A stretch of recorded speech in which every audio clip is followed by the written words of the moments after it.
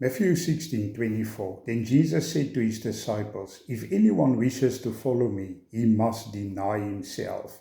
If we really want to follow Jesus, this is a word spoken to us. When we deny ourselves, we set aside selfish interests. It was bad enough for the disciples to hear that Jesus would suffer, be rejected, and die on a cross. Now Jesus told them that they must do the same thing. Deny means to deny utterly, that is, disown or abstain from the things of this world. It is a deliberate withdrawal from or avoiding the practices of the sinful nature.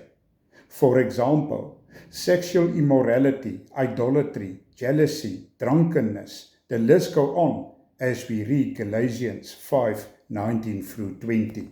To deny yourself is to kick the devil on his behind, proclaiming Zechariah 3:2. The Lord rebuke you, Satan. The Lord who has chosen Jerusalem rebuke you. It is written. Yes, amen.